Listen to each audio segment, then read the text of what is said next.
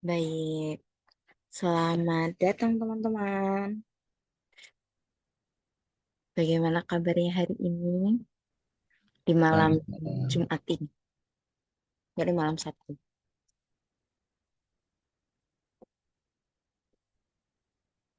Baik, baik. Sebelumnya kami ucapkan terima kasih atas teman-teman yang sudah meluangkan waktunya.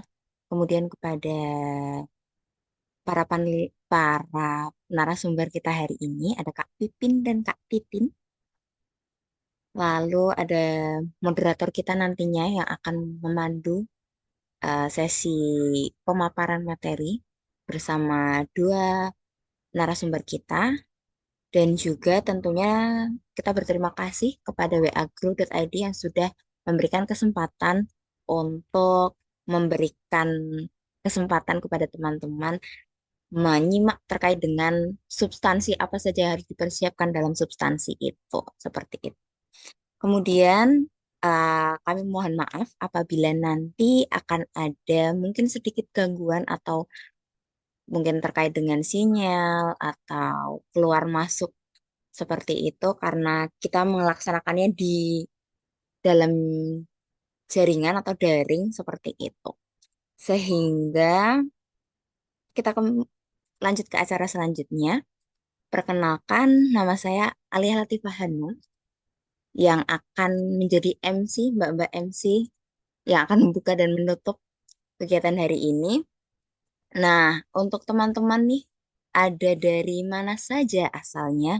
Sepertinya ada beberapa yang belum rename nama Zoom ya. Ini boleh di chat di kolom chat, silahkan. Asalnya dari mana, kemudian kira-kira kita hari ini tuh akan ngapain ya gitu. Boleh di chat ya teman-teman. Adakah yang dari Pulau Sumatera? Pulau Sumatera ada Aceh, kemudian Sumatera Barat, Sumatera Selatan, Sumatera Utara, Riau, Kepulauan Riau, Jambi. Oh, ada NTT, Masya Allah. Satu Indonesia. Iya, ada Bandung, Jakarta, ibu kota. Sulawesi Tenggara, Papua Barat. Wah, ada Singaraja, ada Malu. Nih, berarti ini dari Sabang sampai Merauke, itu ada semua. Dari timur ke barat, selatan ke utara, itu ada semua. Oke, kemudian untuk kegiatan hari ini, mungkin pada sudah membaca di flyer ya, terkait dengan ada sedikit bonus untuk kegiatan hari ini, yang mengikuti kegiatan hari ini, yang mana di hari ini kita ada giveaway. Mohon diperhatikan syarat-syaratnya ya teman-teman. Syarat-syaratnya ada yang pertama, akun tidak boleh private sampai pengumuman. Kemudian seharusnya ada pernyataan tertulisnya bahwa harus follow wagrow.id karena kita akan cek satu persatu seperti itu. Kemudian apa saja sih isinya dari story Instagram itu? Isinya adalah boleh foto, screenshot atau video seperti itu buat semenarik mungkin dengan testimoni atau hal menarik apa yang didapat seperti itu. Jangan lupa tag akun IG wagrow.id underscore 2025. Kemudian mungkin boleh kali ya kita tag para narasumber kita atau ibu moderator nantinya gitu. Kemudian pemenangnya akan diumumkan pada hari Senin tanggal 6 Oktober 2025. Jadi ada waktu sekitar 2 hari, 3 hari berarti dari sekarang. Itu untuk teman-teman nantinya membuat story Instagram. Tapi tidak boleh private sampai pengumuman. Jadi sampai tanggal 6 tidak boleh private. Nah, nanti pengumumannya itu akan mendapatkan keuntungan 4 kali mock up secara gratis. Biasanya war tuh di WA sampai penuh sekali. sampai bertumpuk-tumpuk ini free, dapat keuntungan jalur tol lancar jaya begitu. Oke, baiklah. Sudah di ini teman-teman sudah di capture, sudah di screenshot. Boleh di screenshot? Oke, kalau dirasa sudah, baik. Nanti teman-teman sebelum kita sambil kita beranjak ke acara selanjutnya, jangan lupa untuk mengisi presensi yang akan dikirimkan oleh admin atau panitia di kolom chat. Seperti itu untuk merekap atau merekam kehadiran teman-teman pada kegiatan webinar series ketiga dari WA Group ini. Oke, kayaknya tidak perlu berlama-lama ya. Ya udah pada apa namanya nggak sabar untuk mendengarkan para narasumber untuk memaparkan materinya karena kita udah siap untuk menyambut substansi ini selama 1 bulan ke depan. Untuk hari ini kita akan ditemani oleh Ibu Moderator, salah satu founder wagrow.id yang memulai wagrow.id ini dari batch pertama 2025. Jadi masih baru teman-teman. Dan beliau hari ini akan menemani kita semua untuk membersamai Kak Pipin dan Kak Titin. Seperti itu. Kak Olive aman? Halo, halo Kak Olive. Ya Kak, aman Kak. Oke. Saya ini ya, saya sambung ke Kak Olive langsung. Serah terima. Oke, oke. Oke, Terima kasih Kak baik. Al. Oke, selamat waktu dan tempat dipersilahkan. Selamat menyaksikan ya teman-teman. Jangan lupa apa siapkan buku tulis, catatan ataupun pulpen, pena untuk mencatat materi hari ini. Silahkan, silahkan Kak Olive. Ya, terima kasih Kak Al sebelumnya. Assalamualaikum warahmatullahi wabarakatuh. Selamat malam Bapak, Ibu, dan teman-teman semua. Puji syukur kita panjatkan kepada hadirat Tuhan Yang Maha Esa, karena pada malam hari ini kita bisa berkumpul dalam keadaan sehat ya, dalam webinar series ketiga dari wagrow.id yang berjudul Dari Mimpi ke Aksi, Menjawab Tantangan Seleksi Substansi LPDP Batch 2 tahun 2025 dengan tagar percaya diri dalam wawancara dan nyata dalam berkontribusi. Tapi sebelum itu, saya mau mengucapkan selamat kepada teman-teman yang non-LOA yang kemarin baru saja menerima hasil ya. Selamat buat teman-teman semua. Boleh kasih reaksi nggak? Ya, kalau yang belum berkesempatan ya nggak apa-apa. Masih ada kesempatan-kesempatan lainnya kok. Jadi bagi teman-teman yang sudah lulus dan mau uh, ini tuh bukan akhir ya, ini masih ada satu tahap lagi yaitu substansi. Ini yang menentukan sekali kita apakah lulus atau tidak. Tuh. Oke, sebelum mulai, izinkan saya menyampaikan beberapa tata tertib ya. Yang pertama, selama acara berlangsung, mohon peserta menonaktifkan mikrofonnya ya. Kalau nanti ada pertanyaan bisa nanti di kolom chat ataupun pada sesi Q&A. Oke, yang ketiga boleh disiapkan catatan masing-masing ya. Kalaupun nanti ada pertanyaan boleh disampaikan. Oke, sekarang kita sudah kedatangan para narasumber kita, yaitu yang pertama Kak Pipin Agnesia, salah satu awardee LPDP Magister Bioteknologi UGM. Halo Kak Pipin, apa kabar Kak? Halo, kabar baik Kak Olive. Terima kasih. Ya, Kak Pipin ini juga salah satu panelis dari WA Guru juga gitu, yang kemarin sempat menjadi mentor juga. Selanjutnya narasumber yang kedua yaitu Kak Titin Sofiati, MSc Doktor Teknologi Perikanan Laut IPB, salah satu awardee LPDP-nya juga. Halo Kak Titin, apa kabar Kak? Halo, apa kabar? Baik, Kak Olive. Ya Kak. Ya, beliau juga salah satu panelis kita. Yang kemarin kalau ada yang mockup sama beliau, ini dia beliau. Beliau orang perikanan. Oke. Nanti kedua narasumber kita akan berbagi pengalaman sekaligus tips agar kita semua lebih siap menghadapi tahap substansi LPDP kali ini. Baik, untuk melanjutkan, gimana kalau kita dokumentasi dulu, guys? Ya, dokumentasi dulu semuanya. Kalau yang berkenan bisa open cam. Kalau bisa menggunakan virtual background ya, kalau bisa. Tapi kalau nggak memungkinkan, nggak apa-apa.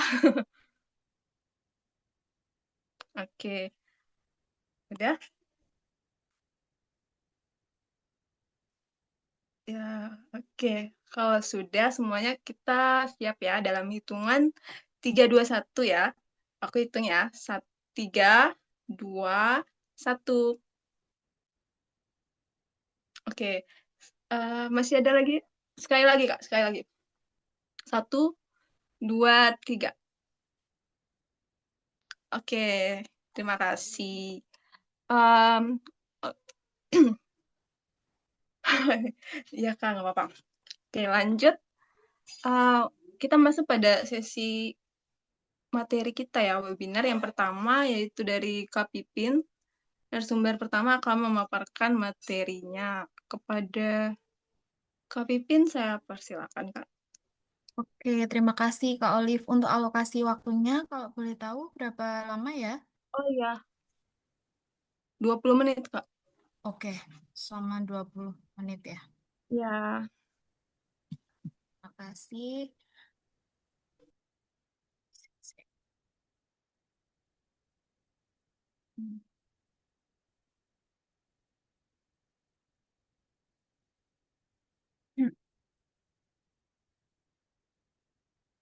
Apakah share screen saya sudah terlihat? sudah, Kak. Kalau di saya sudah. Kalau teman-teman gimana? Oke, sudah. Sudah terlihat, Kak. Oke, terima kasih. Oke, baik. Terima kasih. Selamat malam kepada rekan-rekan semua. Assalamualaikum warahmatullahi wabarakatuh. Salam sejahtera, Om Swastiastu, dan Namo Buddhaya. Perkenalkan, nama saya Pipin Agnesia. Saya lulusan dari Magister Bioteknologi UGM dengan program reguler dari beasiswa LPDP. Pada malam hari ini, saya berkesempatan untuk sharing sedikit pengalaman saya terkait dengan seleksi substansi LPDP. Sebelumnya saya ucapkan terima kasih dan juga selamat kepada rekan-rekan yang telah lolos di tahap tes bakat skolastik yang tidak mudah, tapi jangan terlena dulu, masih ada satu tes final yaitu tes substansi LPDP yang akan segera dilaksanakan oleh rekan-rekan sekalian. Semoga nantinya hasil sharing kita membawa hasil yang baik untuk teman-teman bisa bergabung menjadi awardee LPDP di tahun 2025 ini. Jadi, tema saya pada malam hari ini adalah dari motivasi ke kontribusi melalui strategi komunikasi yang efektif. Nah, referensi yang saya gunakan pada materi pada malam hari ini itu berasal dari website LPDP, dari Instagram LPDP RI, dan YouTube dari LPDP RI. Seluruh pandangan dan pendapat yang saya ungkapkan dalam presentasi ini adalah milik dari saya pribadi dan tidak mewakili kebijakan resmi dari LPDP maupun Kementerian Keuangan. Lalu, saya sebagai pembicara tidak berafiliasi, diotorisasi dengan cara apapun secara resmi terhubung dengan interviewer beasiswa LPDP.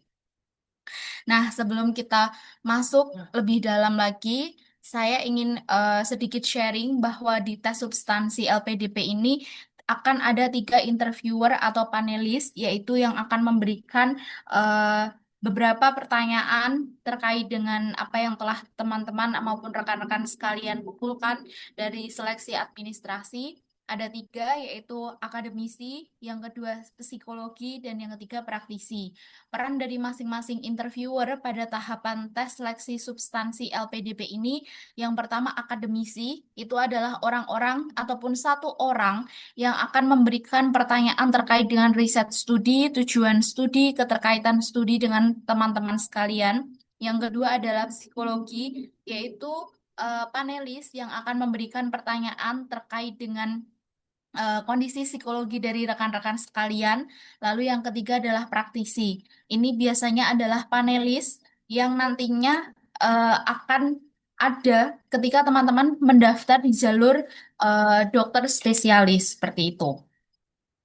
Lalu saya ingin teman-teman sekalian, rekan-rekan sekalian memahami bahwa LPDP ini memiliki nilai-nilai. Yang pertama adalah integritas, yang kedua adalah profesionalitas, sinergi, pelayanan, dan kesempurnaan.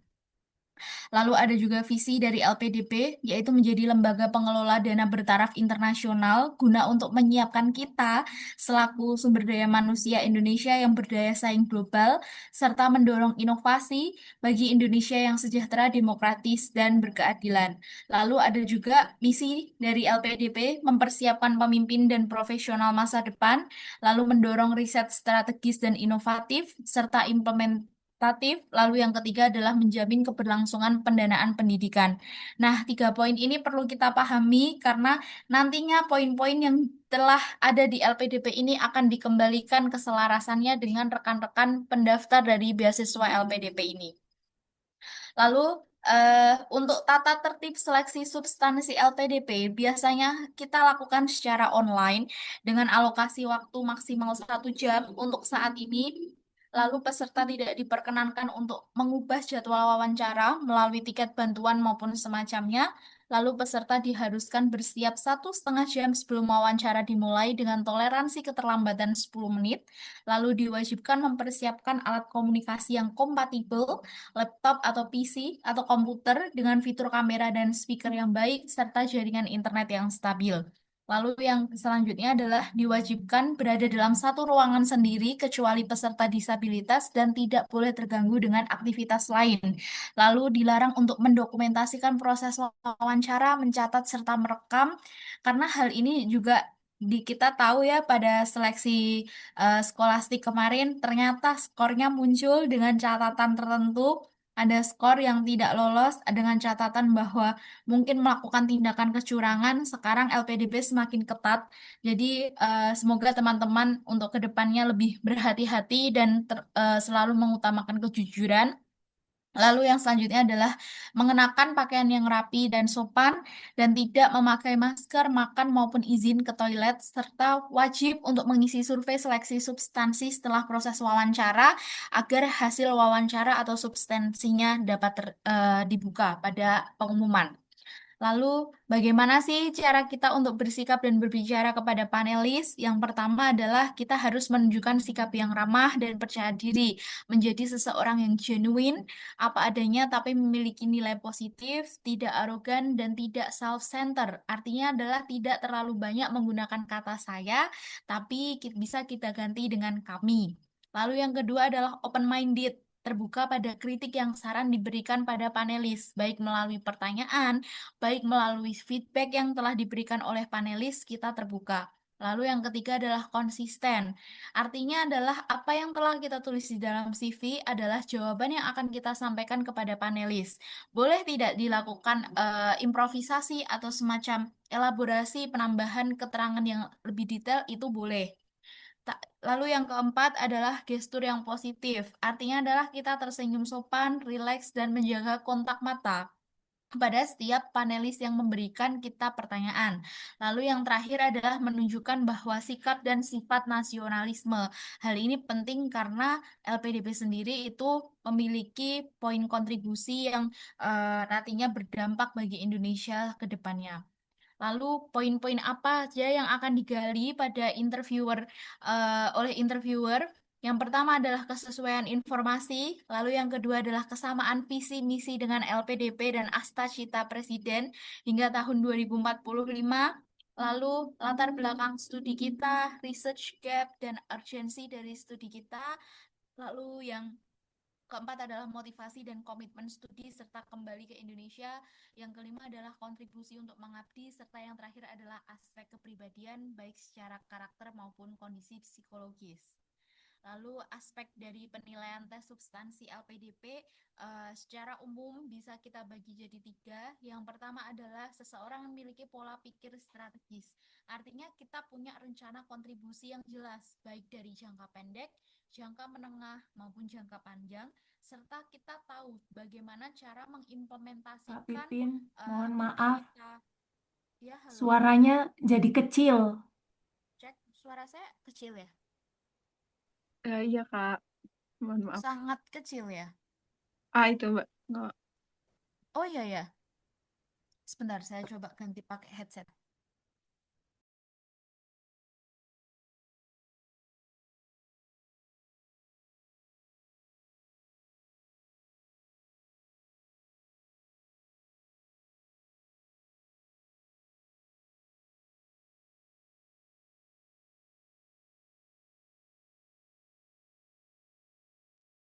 Suara saya sudah terdengar dengan jelas.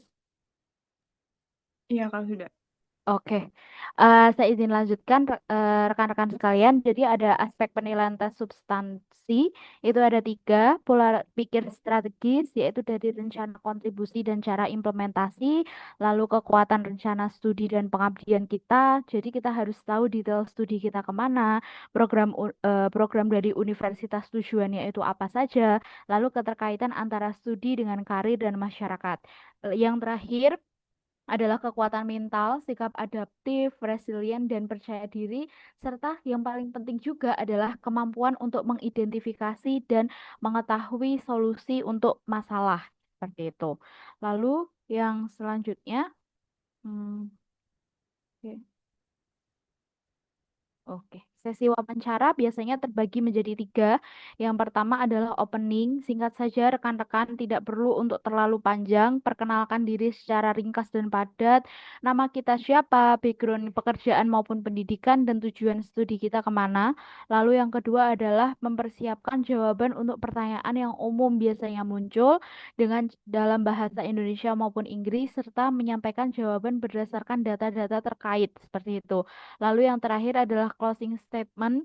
Tidak semuanya diberikan closing statement, tapi pada saat kita akan atau panelis menutup wawancara, silahkan sampaikan ucapan terima kasih, mohon maaf, dan satu harapan singkat agar dapat diterima di beasiswa LPDP. Lalu pertanyaan pewawancara ini memang apa ya, tidak ada yang tahu. Oleh karena itu, persiapkan betul prediksi pertanyaan dan jawaban dengan kasus-kasus yang bisa jadi contoh menggunakan metode STAR. Karena metode ini tuh bisa membantu untuk membatasi jawaban agar tidak melebar kemana-mana dan penting agar pewawancara dapat menangkap secara jelas maksud dari tujuan kita dalam waktu dan tempo yang singkat seperti itu. Lalu ini adalah contoh dari metode STAR, Situation, Task, Action, and Result.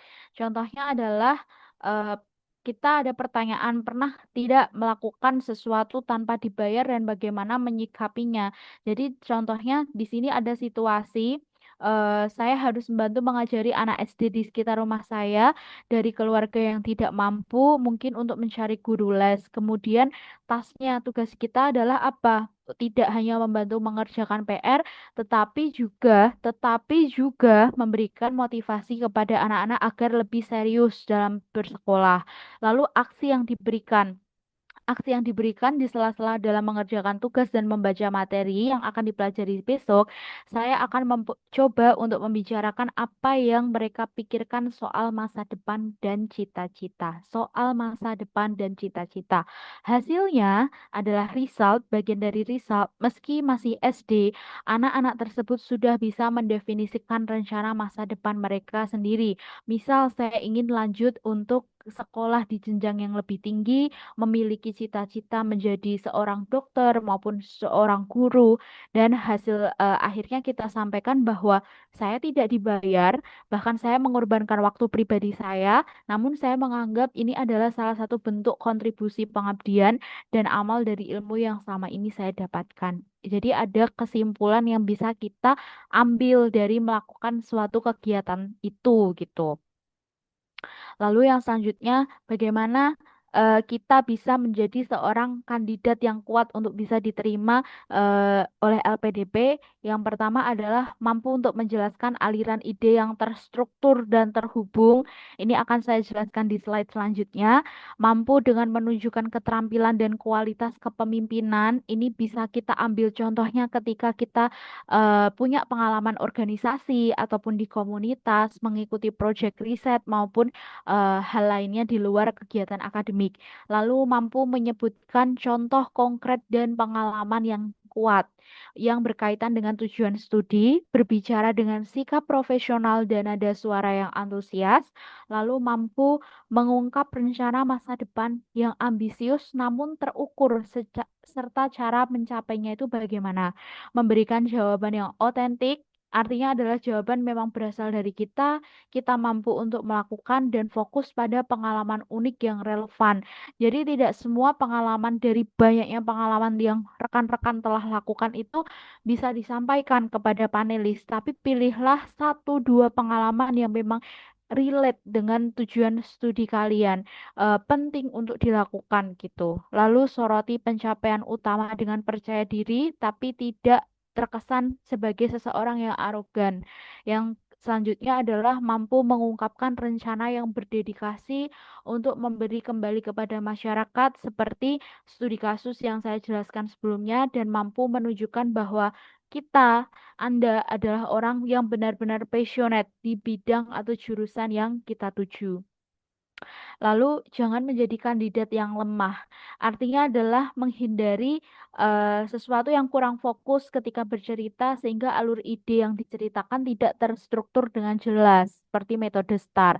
Kurang antusias saat berbicara dengan nada suara yang rendah, tidak menunjukkan sikap yang ramah, senyum, rileks, maupun sebagainya. Memberikan jawaban normatif atau umum atau pernyataan yang terlalu klise gitu dan tidak bisa menjelaskan rencana yang konkret untuk memberi kontribusi ke masyarakat. Kita terlihat menghafal dan mengulang-ulang jawaban. Ini biasanya terjadi oleh rekan-rekan yang terlalu banyak mengikuti mock up sampai sudah tidak bisa merasakan lagi bahwa jawabannya ini penting, tidak ada feel-nya lagi dalam menjawab. Nah, hindari hal-hal yang seperti itu gitu. Lalu yang selanjutnya adalah menjabarkan rencana untuk masa depan tanpa contoh. Misal saya ingin jadi seorang akademisi pada selanjutnya 5 tahun selanjutnya saya ingin mendaftarkan diri menjadi guru besar. Tapi langkah-langkah untuk sertifikasi, untuk memahami perpu-perpu terkait dengan tridharma perguruan tinggi tidak kita jelaskan secara rinci seperti itu. Terlalu banyak membaca dari layar atau kertas. Ini biasanya untuk teman-teman yang kadang menempelkan sticky note itu biasanya psikolog itu akan notice hal itu. Jadi sebisa mungkin memang teman-teman sudah banyak praktis, latihan, dan mengevaluasi diri. Yang selanjutnya adalah menekankan tantangan pribadi secara berlebihan tanpa menyoroti sebuah pencapaian. Ini memang kalimatnya terdengar membingungkan. Menekankan tantangan pribadi secara berlebihan itu maksudnya adalah tantangan dalam teman-teman melanjutkan studi. Pentingnya kenapa rekan-rekan, kenapa kita harus melakukan studi lanjut gitu. Pentingnya untuk masyarakat ini apa? Seperti itu. Lalu yang terakhir memberikan jawaban yang tidak konsisten dengan pernyataan-pernyataan sebelumnya. Terkadang pertanyaan dari interviewer atau panelis itu bisa aja berulang dengan kalimat yang berbeda. Nah, untuk itu pahami betul-betul apa pertanyaan dari panelis, jangan asbun asal bunyi seperti itu. Jadi usahakan bahwa jawaban itu adalah jawaban yang sudah kalian struktur, sudah memiliki poin-poin apa yang akan disampaikan. Yang selanjutnya, mungkin ini versi lebih ringkasnya dari STAR, ada past, present, and future. Jadi, pengalaman apa yang bisa saya korelasikan dengan pekerjaan atau kegiatan saat ini, pekerjaan atau kegiatan apa yang menjadi kendala saya saat ini, dan rencana apa, rencana itu terkait dengan solusi apa yang bisa dicapai, dan solusi itu memerlukan saya agar studi lanjut. Jadi, kita menjawab dengan tiga hal ini. pengalaman yang menjadi keterkaitan saat ini untuk pekerjaan maupun kegiatan, kemudian masalah apa yang muncul dari apa yang kita lakukan saat ini, dan solusinya adalah kita harus mencapai itu dengan cara studi lanjut. Misal gini, karena background saya dari biological science, jadi eh, ada alat untuk deteksi kanker yang saat ini masih minim di Indonesia. Nah, untuk mencapai itu saya harus bisa belajar riset terkait dengan deteksi kanker seperti apa, bagaimana cara pembuatan alat untuk mendeteksi kanker seperti itu. Itu saya perlukan dengan cara saya harus mengambil mata kuliah yang ada di Universitas A gitu. Maka rencana saya adalah melanjutkan studi ini. Untuk melanjutkan studi ini, saya memerlukan bantuan LPDP dalam mensupport saya baik secara material maupun secara eh, kesempatan atau benefit-benefit yang lain sehingga saya nantinya bisa berkontribusi kepada masyarakat seperti ini gitu. Contoh sederhananya.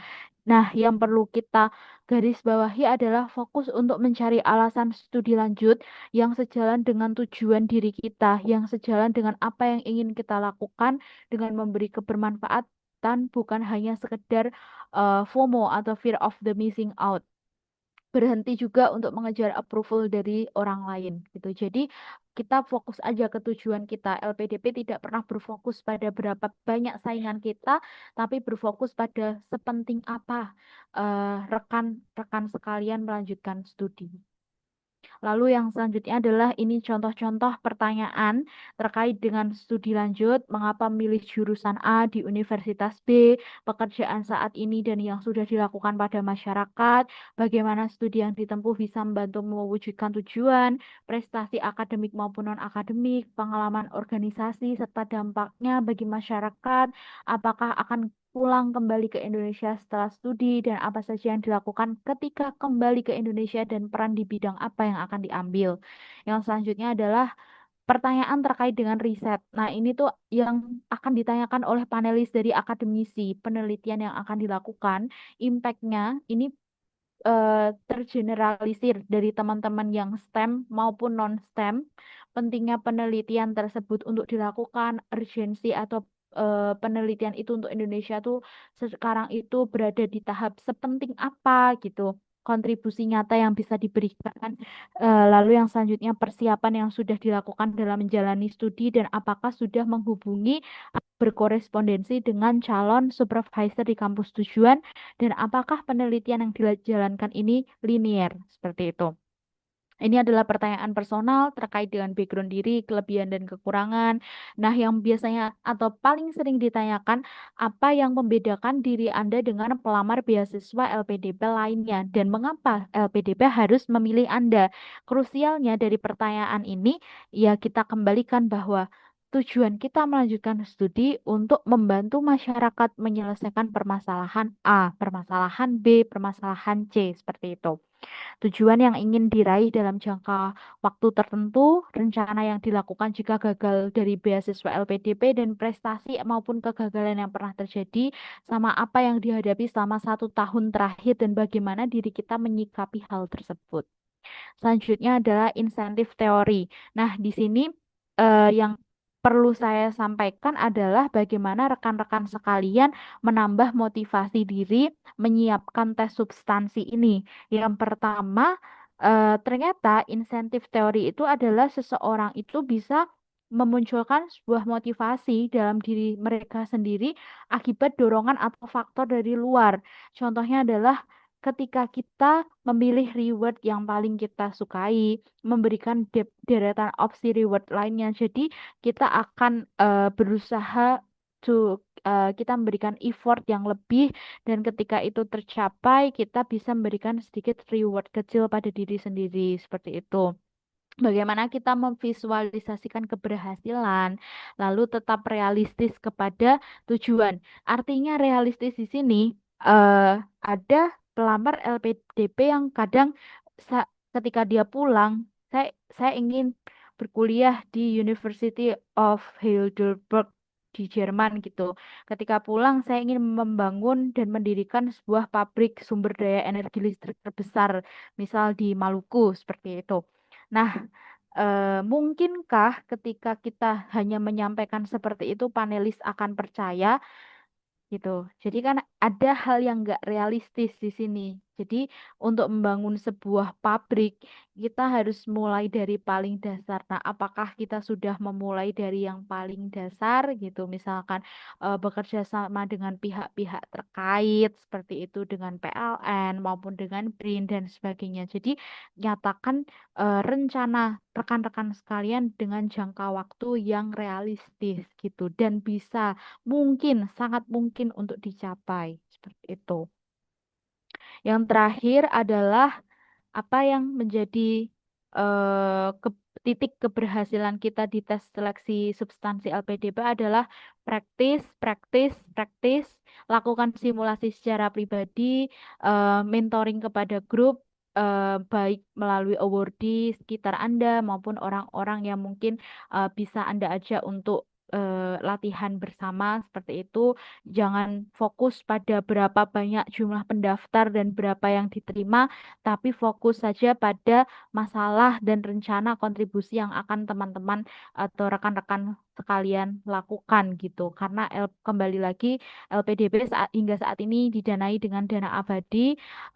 Saya tidak tahu berapa jumlah orang yang akan diterima, tapi saya yakin ketika teman-teman lebih berfokus pada diri kalian sendiri, lebih berfokus pada kejujuran, genuitas, dan keinginan untuk benar-benar studi lanjut, saya yakin panelis bisa dan akan merasakan dan melihat hal tersebut. Semoga yang sedikit materi yang saya sampaikan bisa memberikan manfaat kepada rekan-rekan sekalian. Mohon maaf apabila ada kesalahan dalam penyampaian tutur kata. Terima kasih. Apabila masih ada yang ingin kita sharing selanjutnya, bisa melalui email maupun melalui Instagram ke saya. Terima kasih saya sampaikan dan saya kembalikan ke moderator. Wassalamualaikum warahmatullahi wabarakatuh. Baik, terima kasih Kak Pipin atas pemaparan materi yang sangat luar biasa pada malam hari ini. Oke, selanjutnya kita akan mendengarkan paparan dari narasumber kita yang kedua, yaitu Kak Titin Sofiati. Kepada Kak Titin, saya persilakan 20 menit ya, Kak. Ya, baik. Saya izin share screen. Apakah share screen saya sudah terlihat? Sudah, Kak. Ya, baik. Assalamualaikum warahmatullahi wabarakatuh. Terima kasih atas kesempatannya. Pertama-tama untuk WA Grow atas kesempatan yang diberikan kepada saya karena ini merupakan kali pertama saya menjadi panelis juga di WA Grow ini. Terima kasih juga untuk rekan-rekan semua yang alhamdulillah mungkin sudah ada yang lulus dari TBS kemarin, selamat, dan yang sedang mempersiapkan substansi melalui jalur LO. Mungkin tadi sudah dijelaskan banyak oleh Kak Pipin ya terkait prosedur tes substansi di di tes LPDP, maka saya di sini mungkin tidak banyak karena fokusnya hanya untuk yang untuk S2, S3 ya untuk doktoral. Yang paling membedakan antara perbedaan utama untuk pendaftar LPDP untuk program magister maupun doktoral itu hanya ada pada proposal penelitian.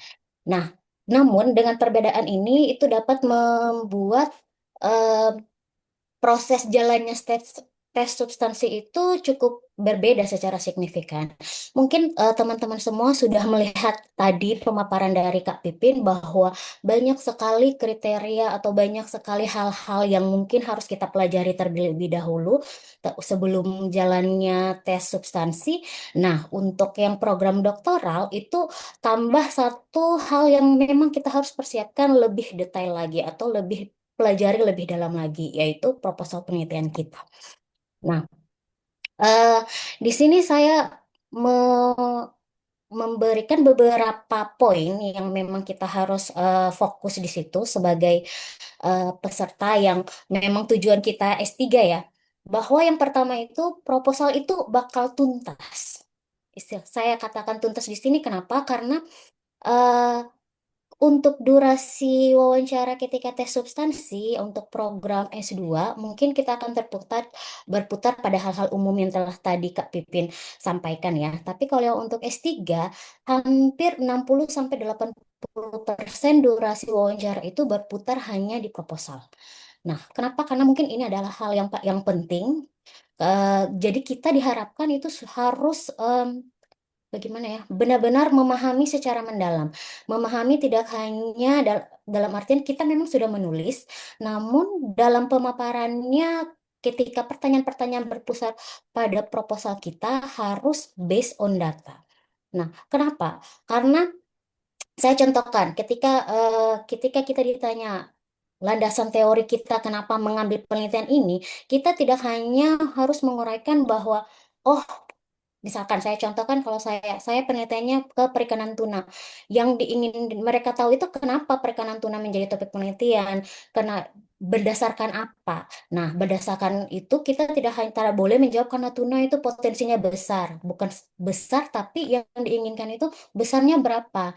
Berapa produksi yang ada per tahun, berapa produksi di daerah per tahun, atau secara statistik untuk 10 tahun terakhir berapa, itu seperti itu. Jadi eh, untuk proposal itu baik landasan teori, bahan penelitian, bahkan ke objek dan tempat yang kita pilih untuk penelitian itu harus based on data. Yang berikut hal yang mungkin jujur saya beberapa waktu kemarin pun ada beberapa yang mock up itu melupakan hal yang penting yaitu novelty. Nah, untuk studi S3 yang paling diutamakan, kita harus memberikan kebaruan atau keaslian dari penelitian kita. Namun, yang harus kita perhatikan juga bahwa untuk novelty atau kebaruan yang kita canangkan itu harus mampu memberi kontribusi bagi masyarakat. Nah, berbicara tentang kontribusi, mungkin sebelumnya kita sudah melihat bahwa di paparan Kak Pipin tadi bahwa untuk LPDP itu sangat menilai bagaimana kontribusi yang pernah kita lakukan atau rencana kontribusi ke depan.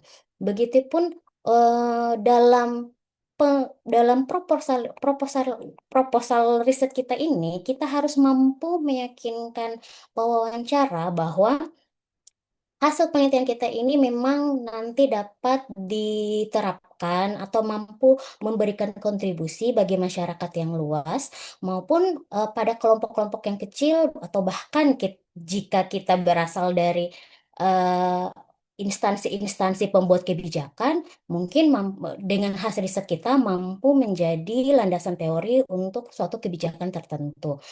Itu hal yang harus diperhatikan. Dan eh, untuk data, novelty, bahkan isi proposal ini yang saya maksudkan akan dibahas tuntas ini benar-benar tuntas, teman-teman.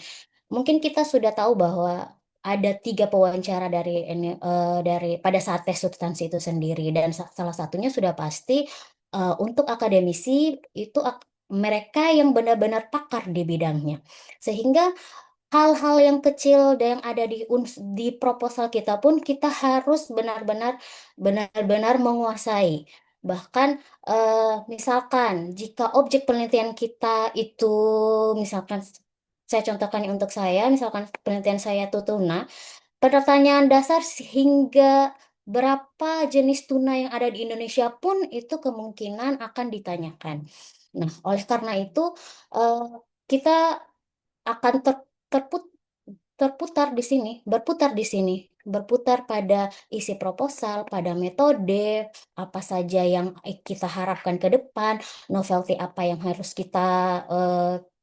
kita miliki, hingga pada novelty pun pasti banyak argumen-argumen yang mungkin akan pada jalannya tes substansi itu kemungkinan terjadi adu argumen antara peserta tes maupun yang pewawancara.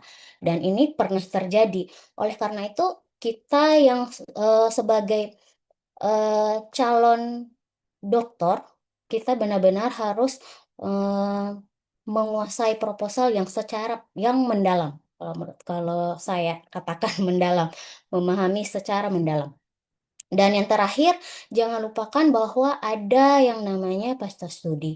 Nah, mungkin akan agak sedikit mudah karena dengan background pekerjaan kali ya. Mungkin misalkan ketika ini saya sendiri seorang dosen, ketika memikirkan rencana pasca studi atau manfaat riset saya pasca studi, itu bisa langsung terjawab karena itu bisa akan menjadi materi pengayaan untuk di mata kuliah nanti ketika balik studi, atau penelitian riset saya di S3 itu nanti akan menjadi landasan juga atas riset-riset selanjutnya dalam menjalankan pendalaman perguruan tinggi. Nah, begitupun eh, bagi yang mempunyai latar belakang pekerjaan yang berbeda. Kita harus mampu meyakinkan ke panelis, ke pewawancara bahwa riset yang akan kita lakukan ini benar-benar sejalan dengan visi misi pemerintah, bisa sejalan dengan visi misi LPDP, bisa memberikan kontribusi yang nyata, bisa menjadi sarana kolaborasi dengan peneliti-peneliti lain dan sebagainya. Nah, di situ dan mungkin jujur eh, pada saat kita substansi ini terkesan mungkin agak mudah, tapi tidak mudah juga karena kadang-kadang banyak pertanyaan-pertanyaan yang mungkin dapat mengecoh kita, sehingga membuat kita tidak terlalu konsisten, atau bahkan ada pertanyaan-pertanyaan dari pewawancara yang membuat kita ragu-ragu. Nah, oleh karena itu kita memang seperti yang disampaikan oleh Kak Pipin tadi, bahwa ada yang namanya konsistensi yang harus tetap kita pegang selama itu ada dalam CV dan proposal yang kita telah daftarkan. Nah, selain 4 hal penting ini, saya rasa bukan berarti mengabaikan hal-hal yang disampaikan pemateri yang pertama, tidak. Namun khusus untuk S3, kita benar-benar harus berusaha lebih. Karena selain kita harus memahami seluruh yang telah disampaikan seperti yang pemateri pertama, kita juga harus benar-benar fokus mempelajari, memahami, bahkan mencari data-data yang untuk melengkapi data-data pendukung yang berhubungan dengan proposal riset kita itu sendiri. Nah, berikutnya mungkin karena tadi banyak sudah disampaikan oleh pemateri pertama, saya langsung saja ke beberapa tips dan trik wawancara. Yang pertama, mungkin hal yang umum ya kalau kita ini di daerah afirmasi, saya maksudnya untuk saya daerah afirmasi, pengalaman kita itu berada di lokasi yang kurang bagus jaringan internetnya. Makanya hal yang paling pertama itu pastikan lokasi tes tes itu dapat mengakses internet dengan baik. Nah, eh, karena ini hal yang krusial ya.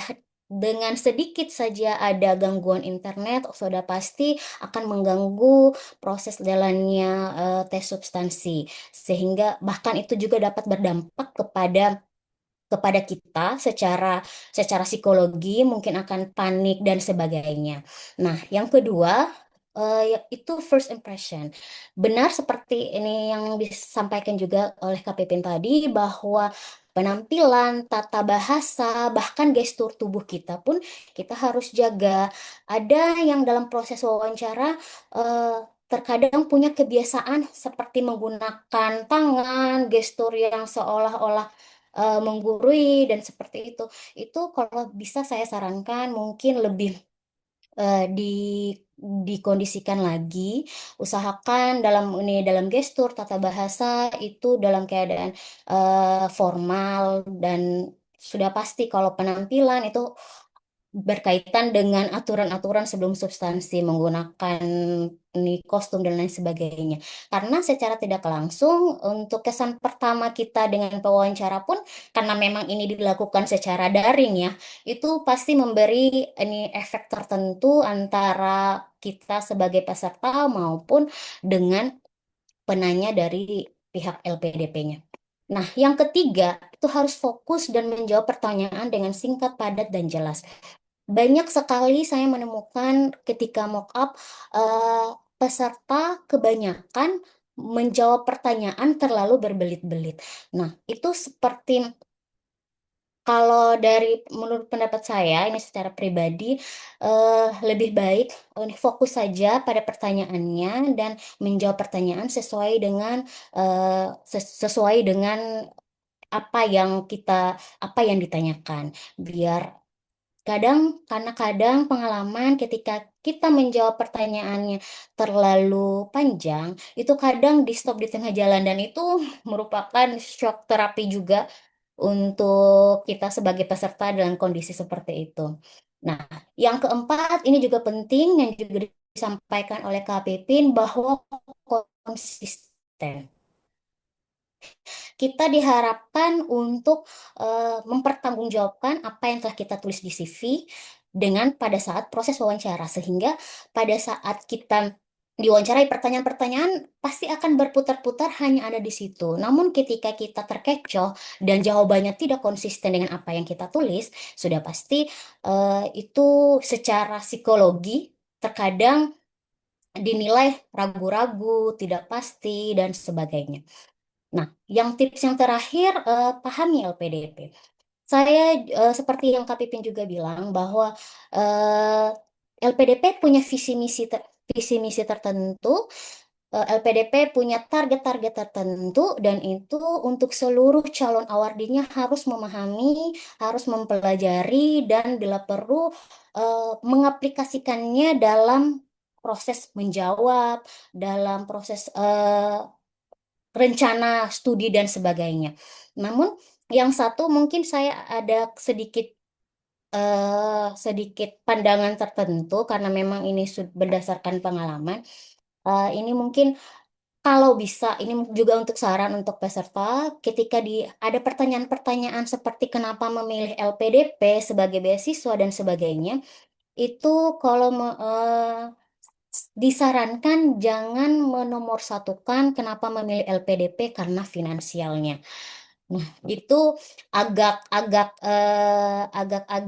kadang pewawancara itu bakal agak-agak mengejar kita dengan pertanyaan-pertanyaan gitu. Karena ingat bahwa LPDP itu beasiswa yang diperuntukkan untuk semua. LPDP itu bukan beasiswa yang hanya dikhususkan untuk orang yang tidak mampu, tidak.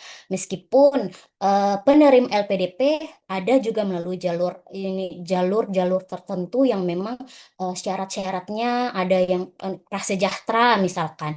Namun jadi ketika kita sudah memahami LPDP, saya berharap tidak melihat LPDP hanya sebagai sumber finansial saja.